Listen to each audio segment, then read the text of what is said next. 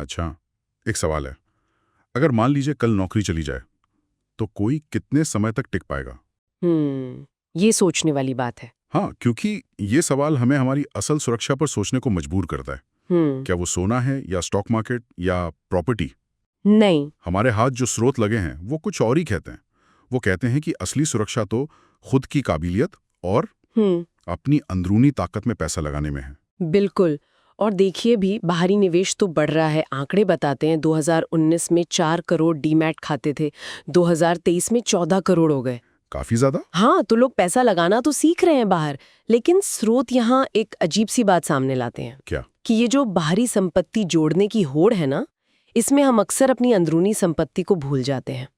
मतलब स्रोत कहते हैं कि शायद 99% लोग अपने मन में, अपने हुनर में, सेहत या रिश्तों में उतना ध्यान नहीं दे रहे। और यही वो चीजें हैं जो मुश्किल वक्त में असल में काम आती हैं, एक तरह का कवच। सही है, तो चलिए आज इसी पर थोड़ी गहराई से बात करते हैं। हाँ, करते हैं। हमारा मकसद यही है कि स्रोतों से वो 5 तरीके निकालें जिनसे हम खुद में निवेश कर सकें, और वो भी ऐसे तरीके जो रोजमर्रा की जिंदगी में आसानी से आ जाएं।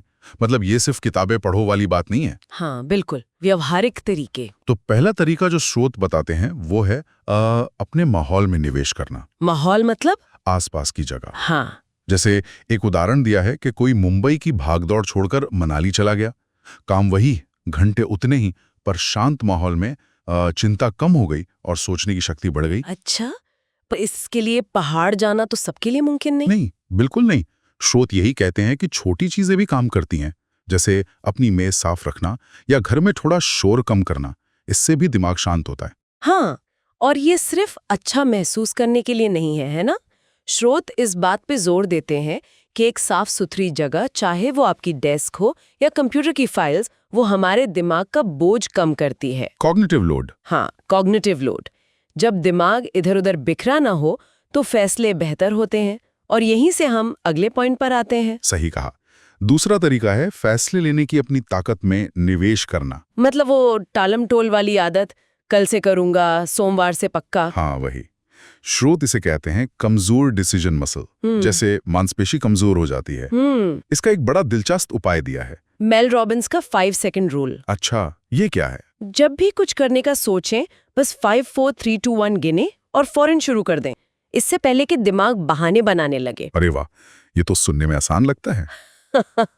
और स्रोत कहते हैं कि ये सिर्फ आलस भगाने का तरीका नहीं है, ये असल में एनालिसिस पैरालिसिस को तोड़ता है। मतलब सोचते ही रह जाना। हाँ, जब हम लगातार छोटे छोटे कामों पर तुरंत एक्शन लेते हैं तो हम अपने दिमाग को टाल मटोल के पैटर्न से बाहर निकालते हैं।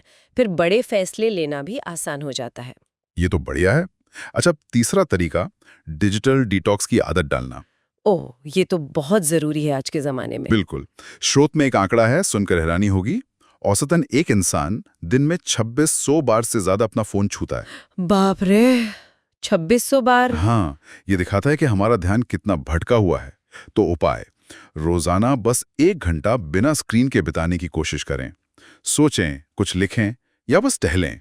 स्रोत इसे ऐसे देखते हैं कि आज के दौर में ध्यान यानी अटेंशन यही नई करेंसी है, और ज्यादातर लोग इस मामले में दिवालिया हो रहे हैं। सही कहा। तो ये 1 घंटे का स्क्रीन फ्री टाइम सिर्फ ब्रेक नहीं है, ये अपने ध्यान पर काबू पाने की प्रैक्टिस है।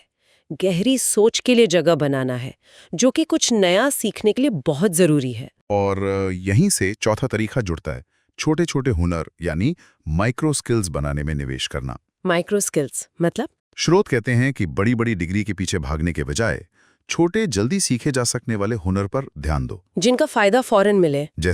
जैसे साफ और असरदार ईमेल लिखना सीखना, या एक्सेल के कुछ शॉर्टकट्स जान लेना, या फिर कैमरे पर बिना घबराए बोलना। अच्छा, ये छोटे छोटे स्किल्स। हाँ, जिन्हें आप रोज आधा घंटा देकर 7-10 दिन में सीख सकते हैं। बिल्कुल। और स्रोत ये साफ करते हैं कि इसका मतलब ये नहीं कि डिग्री या तजुर्बा बेकार है। नहीं, बिल्कुल नहीं। बल्कि ये आज की तेजी से बदलती दुनिया में ढलने का, अडैप्ट करने का तरीका है। एक छोटा सा हुनर भी आपके स्किल सेट को अनोखा बना सकता है, आपको भीड़ से अलग खड़ा कर सकता है। और पांचवा और शायद सबसे अहम तरीका, असली रिश्तों में निवेश करना। इंसानी रिश्ते। हाँ, स्रोत इस बात पर ध्यान दिलाते हैं कि कैसे ऑनलाइन हजारों दोस्त होते हुए भी लोग आजकल ज्यादा अकेला महसूस कर रहे हैं। ये तो है। असली सेफ्टी नेट तो हमारे गहरे वास्तविक संबंधी ही हैं, मेंटर्स हों, दोस्त हों, परिवार हो। हाँ, और स्रोत यहाँ नेटवर्किंग और रिश्ते बनाने में फर्क बताते हैं। अच्छा, क्या फर्क है? मतलब बिना किसी मतलब के, बिना एजेंडा के, ईमानदारी से लोगों से जुड़ना। क्योंकि जब कोई मुश्किल आती है ना, तो यही गहरे रिश्ते हमें संभालते हैं, इमोशनली भी और प्रैक्टिकली भी। सोशल मीडिया के लाइक्स नहीं। बिल्कुल सही। तो ये पांचों तरीके मिलकर वो एक मजबूत अंदरूनी ढांचा तैयार करते हैं। तो अगर हम संक्षेप में देखें, स्रोत हमें ये 5 रास्ते दिखा रहे हैं। अपने आसपास के माहौल को सुधारना, फैसले लेने की ताकत बढ़ाना, डिजिटल भटकाव से बचना, छोटे मगर काम के हुनर सीखना और सच्चे रिश्तों को सींचना। और आखिर में स्रोत हमें याद दिलाते हैं कि खुद पर किया गया निवेश ही सबसे सुरक्षित और टिकाऊ निवेश है। ये वो दौलत है जिसे कोई बाहरी संकट आपसे छीन नहीं सकता। तो सोचने वाली बात बस इतनी है कि आज अपनी इस सबसे कीमती संपत्ति यानी खुद को बेहतर बनाने के लिए वो पहला छोटा सा कदम क्या हो सकता है।